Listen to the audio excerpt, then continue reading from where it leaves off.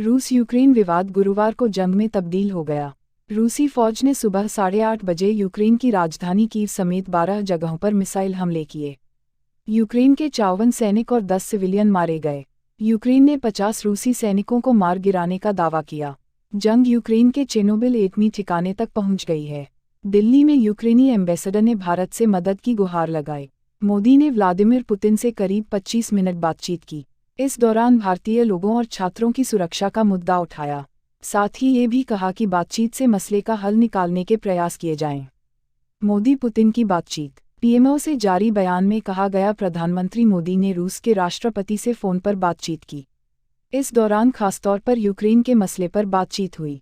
प्रधानमंत्री ने पुतिन से कहा कि नाटो और रूस को यूक्रेन मसला गंभीर बातचीत से सुलझाना चाहिए। यूक्रेन और रूस के बीच फौरन सीज़फायर होना चाहिए। मोदी ने यूक्रेन में मौजूद भारतीयों और खासकर स्टूडेंट्स की सुरक्षा मुद्दा उठाया। मोदी ने कहा कि भारतीयों को सुरक्षित वापसी हमारी सर्वोच्च प्राथमिकता है। दोनों नेता इस बात पर सहमत थे कि इस मुद्दे पर दोनों देशों के डिप्लोमेट संपर्क में रहेंगे। हमला कहां और कैसा? यूक्रेन ने कहा, हम पर 3 तरफ से रूस, बेलारूस और क्रीमिया बॉर्डर की ओर से हमला हुआ है। लुहांस्क, खार्किव, चेरनीव, सुमी और ज़टोमिर प्रांतों में हमले जारी हैं। रूस की ग्राउंड फोर्सेज यूक्रेन में घुस गईं और वहां कई गांवों पर कब्जा कर लिया। रूस के कमांडो पैराट्रूपर्स यूक्रेन के मिलिट्री इंस्टॉलेशंस के करीब उतरकर इनको अपने कब्जे में ले रहे हैं। यूक्रेन का दावा है कि उसने रूस के 50 सैनिक मार गिराए हैं। इसके 6 फाइटर जेट्स और 4 टैंक्स तबाह कर दिए हैं।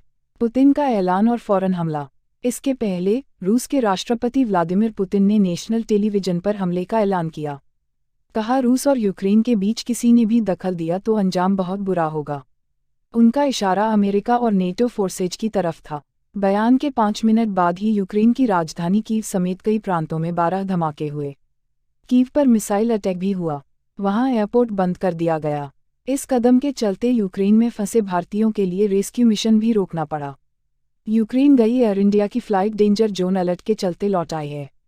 किसका क्या रुख? अमेरिका। प्रेसिडेंट बाइडेन ने कहा, रूस के खिलाफ दुनिया को एकजुट हो जाना चाहिए। हम किसी भी कीमत पर दुनिया को तबाह नहीं होने देंगे। रूस ने खुद बातचीत के रास्ते बंद किए हैं। ईयू, यूरोपीय यूनियन कमीशन की president Ursula von der Leyen ने पहली बार सामने आकर रूस को खुली धमकी दी है। लिन ने कहा, अब जवाब देने का वक्त आ गया है। अब हम रूस की इकोनॉमी को टारगेट करेंगे। उसकी इकोनॉमी को इतना कमज़ोर कर देंगे कि वो मिलिट्री मॉडर्नाइजेशन तो क्या, बहुत ज़रूरी चीज़ों के लिए भी तरस जाएगा। पूरे यूरोप में रूसी एसेट्स और बैंक अकाउंट्स फ्रीज किए जा रहे हैं। इस मामले में हम पूरी तरह अमेरिका और अपने दूसरे सहयोगियों की मदद कर रहे हैं। नाटो के मिलिट्री चीफ ने कहा, यूक्रेन हमारे संगठन का सदस्य नहीं है, लिहाजा हम उसकी सीधी सैन्य मदद नहीं कर सकते, लेकिन इसके अलावा कई रास्ते हैं और यूक्रेन को इनके जरिए सहायता पहुंचाई जा रही है। यूक्रेन की अपील। यूक्रेन के दिल्ली में एम्बेसडर ने भारत के पीएम नरेंद्र मोदी से इस मामले में दखल देने की अपील की है। यूक्रेन के एम्बेसडर ने कहा, भारत ने हमेशा सही बात का पक्ष लिया है। हम उम्मीद करते हैं कि प्राइम मिनिस्टर मोदी इस मामले को सुलझाने और हमारे लोगों की जान बचाने में मदद करेंगे। भारत और यूक्रेन के बीच पुराने रिश्ते हैं। प्रधानमंत्री मोदी का दुनिया में रसूख है। उन्हें पुतिन से बातचीत करनी चाहिए। यूक्रेन रूस युद्ध से जुड़े अहम अपडेट्स। रूस यूक्रेन विवाद में चीन एक बार फिर रूस के साथ खड़ा नजर आ रहा है। चीन के विदेश मंत्रालय ने गुरुवार को कहा कि अमेरिका और पश्चिमी देशों ने रूस पर जो प्रतिबंध लगाए हैं, उनका कोई मतलब नहीं है, क्योंकि इस तरह की हरकतों से विवाद हल होने के बजाय और बढ़ेगा। जो बाइडेन अब से कुछ देर बाद यूक्रेन के हालात पर अपडेट और स्ट्रेटेजी की जानकारी देंगे। इसके पहले व्हाइट हाउस ने एक बयान में कहा, यह बेहद कायराना हमला है। अमेरिकी संसद में रूस के खिलाफ बेहद सख्त प्रतिबंधों की मांग की जा रही है। रूस के राष्ट्रपति पुतिन ने अमेरिकी और यूरोपीय यूनियन के प्रतिबंधों से निपटने के लिए देश के अहम कारोबारियों के साथ मीटिंग की। इसमें विचार किया गया कि किस रणनीति को अपनाकर प्रतिबंधों का असर कम किया जा सकता है। यूक्रेन के राष्ट्रपति वोलोदिमीर ज़ेलेंस्की ने कहा, रूस की फौज अब चेर्नोबिल के एटमी ठिकाने पर कब्जे की कोशिश कर रही है। हमारे सैनिक 1986 जैसी ट्रेजेडी को बचाने के लिए पूरी कोशिश कर रहे हैं। यह हमला एक तरह से पूरे यूरोप के खिलाफ जंग का ऐलान है।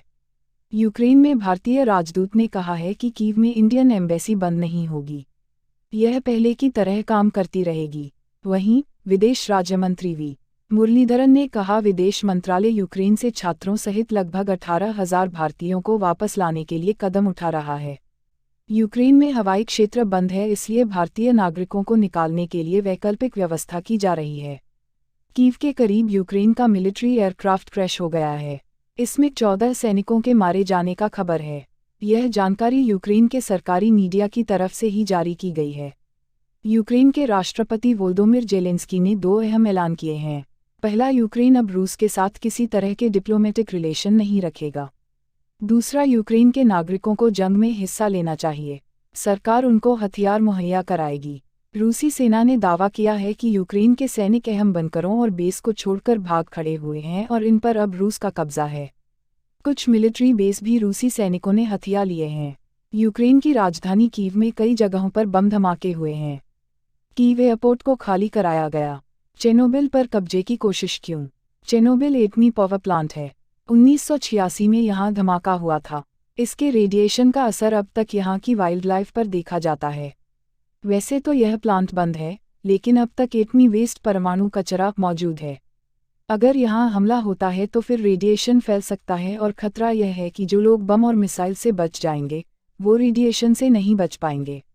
यही वजह है कि यूक्रेन के राष्ट्रपति वोलोदिमिर ज़ेलेंस्की ने दुनिया को आगाह किया है कि रूस के इरादे कितने खतरनाक हैं। इस इलाके में गुरुवार रात तक लड़ाई जारी थी। रूस की डिफेंस मिनिस्ट्री ने क्या कहा? रूसी रक्षा मंत्रालय ने हमला शुरू होने के 12 घंटे बाद देर शाम बयान जारी कर दिन भर की अपडेट दी। कहा, हवाई हमलों में यूक्रेन के 74 सैन्य ठिकानों को तबाह किया गया। इनमें 11 airfield, 3 command centre, 1 navy post, 18 S-300 radar और बुक एयर डिफेंस सिस्टम शामिल हैं। 1 अटैक हेलीकॉप्टर और 4 स्ट्राइक ड्रोन भी मार गिराए गए।